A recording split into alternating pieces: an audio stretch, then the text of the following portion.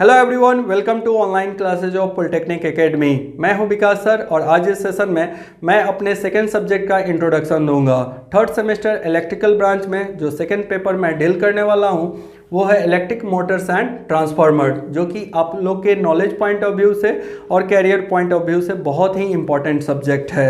सो आज इस सेशन में मैं टोटल 4 टॉपिक पे बात करूँगा। पहला टॉपिक होगा सिलेबस, दूसरा टॉपिक होगा बुक्स, तीसरा टॉपिक होगा marks of each unit and चौथा टॉपिक होगा इंपॉर्टेंस ऑफ दिस सब्जेक्ट। तो सबसे पहले मैं बात करूंगा इसके सिलेबस के बारे में। टोटल आप लोगों को यहाँ पे 5 यूनिट पढ़ना है। फर्स्ट यूनिट आप लोग का है डीसी जनरेटर, सेकेंड यूनिट है डीसी मोटर, थर्ड यूनिट है single phase transformer, fourth unit है 3 phase transformer and fifth unit है स्पेशल पर्पस ट्रांसफार्मर। स्टार्टिंग के जो 2 यूनिट्स हैं DC generator and DC motor, actually ये डीसी मशीन के 2 types होते हैं, ठीक ना। वही आप लोग को सिलेबस में अलग अलग करके दे दिया गया पढ़ने के लिए। बहुत सारे ऐसे राइटर के बुक आते हैं जिसमें डीसी मशीन नाम से एक यूनिट दिया हुआ रहता है और उसी यूनिट के अंदर में डीसी मोटर भी दिया हुआ रहता है और डीसी जनरेटर भी दिया हुआ रहता है पढ़ने के लिए, ठीक है।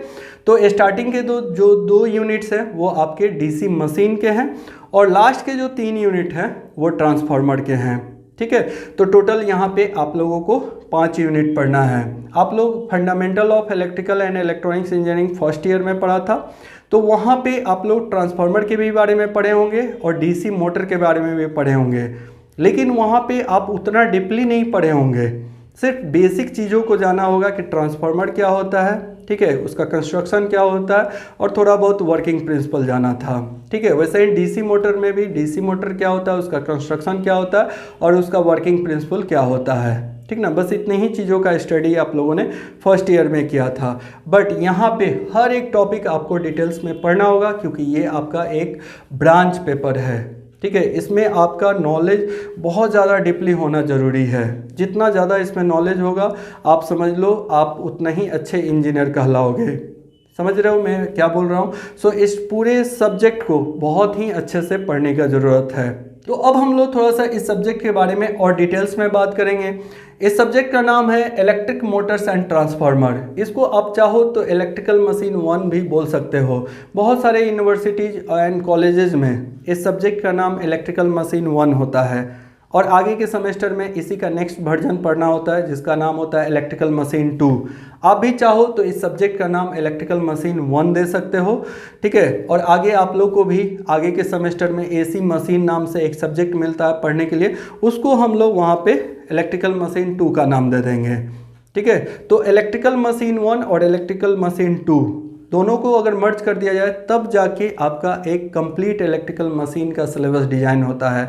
तो सही पूछे तो हाफ पोर्शन आप यहाँ पे पढ़ने वाले हो इलेक्ट्रिकल मशीन का और हाफ पोर्शन आप इलेक्ट्रिकल मशीन 2 में पढ़ोगे।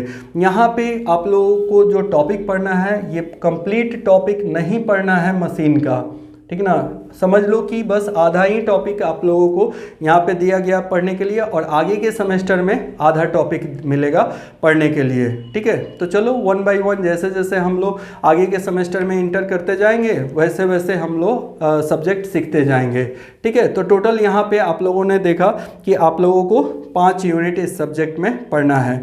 नेक्स्ट अब हम लोग बात करेंगे इसके बुक्स के बारे में कि इस सब्जेक्ट को अच्छे से पढ़ने के लिए आप लोग को कौन कौन सा बुक्स फॉलो करना चाहिए। तो टोटल यहाँ पे मैं 3 बुक रेफर करूँगा, ठीक है। तीनों में से चाहो तो कोई एक बुक आप खरीद सकते हो, तीनों चाहो तो तीनों खरीद लो, कोई दिक्कत वाली बात नहीं है, बट एक बुक तो आपको रखना ही होगा। पहला बुक मैं रेफर करूँगा इलेक्ट्रिकल टेक्नोलॉजी BL थरेजा का, और वो कौन सा वॉल्यूम होगा, वॉल्यूम 2 होगा।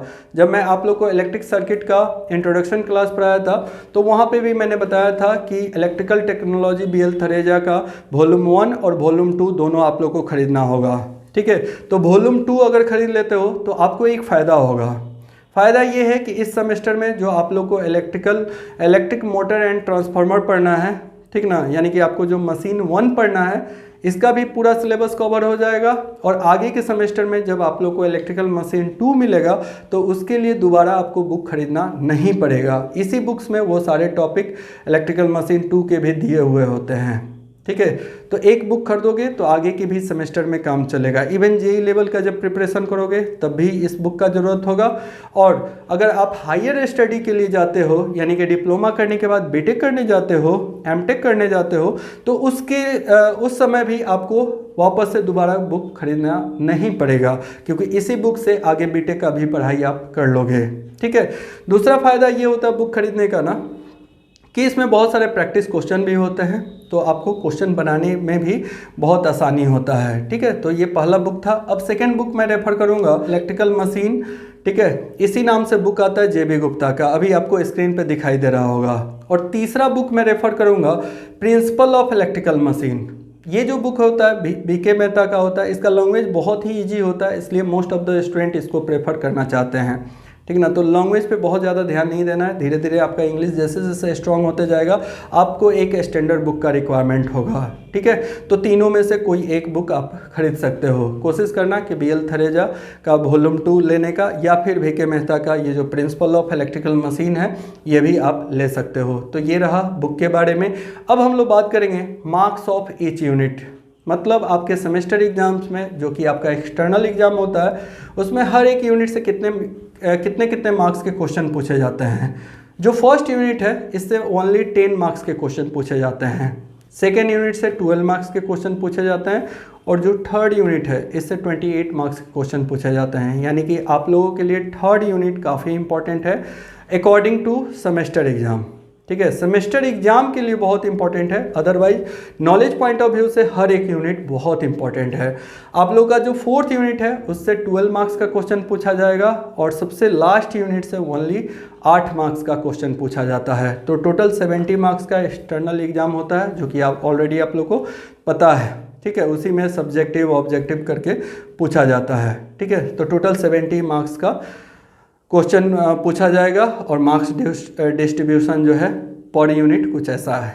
ठीक है। अब हम लोग बात करेंगे कि ये जो सब्जेक्ट है आप लोग के नॉलेज पॉइंट ऑफ व्यू से और कैरियर पॉइंट ऑफ व्यू से कितना इम्पोर्टेंट है। तो इसको दो एस्पेक्ट में बात करेंगे। एक तो आपका नॉलेज पॉइंट ऑफ व्यू होगा और दूसरा आपका कैरियर पॉइंट ऑफ व्यू होगा। तो नॉलेज पॉइंट ऑफ व्यू से हर एक सब्जेक्ट को इक्वल वेट देके पढ़ना चाहिए आप लोग को। ठीक ना। हर एक सब्जेक्ट इंपॉर्टेंट होता है। ऐसा बिल्कुल नहीं सोचना है कि इलेक्ट्रिकल मशीन 1 को बहुत स्ट्रॉन्ग कर लेंगे, बाकी सब्जेक्ट नहीं पढ़ेंगे तो एक अच्छा इंजीनियर बन जाएंगे। ये गलत सोच है। आपको हर एक सब्जेक्ट को इक्वल वेट देके पढ़ना चाहिए, हर सब्जेक्ट में अच्छा करना है। ठीक है। तो ये नॉलेज पॉइंट ऑफ व्यू का बात हो गया। अब हम लोग बात करेंगे कैरियर पॉइंट ऑफ व्यू से। देखो, हर एक इलेक्ट्रिकल स्टूडेंट इसको बहुत ज़्यादा क्यों पढ़ते हैं। ठीक ना। मोस्ट ऑफ द स्टूडेंट के मुंह से हम लोग सुनते हैं कि सर ये पेपर बहुत ज़्यादा इंपॉर्टेंट है। तो वो लोग इसलिए बोलते हैं ना, क्योंकि जेई एग्जाम्स का जब वो लोग प्रिपरेशन करते हैं, इवन आप लोग भी आगे करोगे, आप लोग में से बहुत सारे स्टूडेंट जेई बनोगे भी। ठीक है। तो जब आप कोई गवर्नमेंट सेक्टर के एग्ज़ाम्स का तैयारी करते हो, या फिर कोई जेई लेवल का जो भी एग्ज़ाम्स का तैयारी करते हो, तो वहाँ पे जो क्वेश्चन पूछे जाते हैं इस सब्जेक्ट से, वो बहुत ज़्यादा क्वेश्चन पूछे जाते हैं। लगभग 15 से 18 मार्क्स का क्वेश्चन जो है इलेक्ट्रिकल मशीन 1 से पूछा जाता है। 15 से 18 मार्क्स का क्वेश्चन मायने रखता है एक सब्जेक्ट के लिए। ठीक ना। इसीलिए इसको ज़्यादा लोग वेटेज देके पढ़ते हैं। अगर पूरे मशीन की बात करें, जिसमें मशीन 1 और मशीन 2 दोनों को इंक्लूड कर दिया जाए, तो पूरे मशीन से अगर बात किया जाए तो लगभग 28 नंबर तक का क्वेश्चन पूछ लिया जाता है। ठीक ना। वो एग्ज़ाम के पैटर्न पे भी डिपेंड करता है या सिलेबस पे भी डिपेंड करता है। ऐसा मेरा बोलना बहुत हद तक ठीक नहीं है, क्योंकि मार्क्स जो होते हैं वो वैरी करते हैं। हो सकता है कि किसी एग्ज़ाम्स में 10 से 15 मार्क्स का ही क्वेश्चन पूछा जाए, हो सकता है किसी एग्जाम में 20 मार्क्स का क्वेश्चन पूछा जाए। तो वो जब फॉर्म आप लोग फिलअप करते हो तो उसके सिलेबस को देख के आप पता कर सकते हो कि कौन सब्जेक्ट कितना इंपॉर्टेंट है। बट ओवरऑल, ठीक है, एक इलेक्ट्रिकल ब्रांच के स्टूडेंट के लिए ये आप लोगों का ब्रांच पेपर है, सो ये सब्जेक्ट जानना चाहिए। बहुत सारे स्टूडेंट के लोग के मुंह से हम लोग ये भी सुनते हैं कि अगर आपको इलेक्ट्रिकल मशीन नहीं आता है तो कोई सब्जेक्ट नहीं आता है। तो अलग अलग स्टूडेंट का अपना अपना थिंकिंग है, ठीक है। लेकिन ओवरऑल मान के चलो कि ये जो सब्जेक्ट है आप लोग के लिए बहुत ही इम्पॉर्टेंट है, और ये जो सब्जेक्ट है काफ़ी इंटरेस्टिंग सब्जेक्ट है। जब मैं आप लोग को हर एक यूनिट टॉपिक वाइज पढ़ाऊंगा तो आपका इंटरेस्ट धीरे धीरे बढ़ते जाएगा, ठीक है।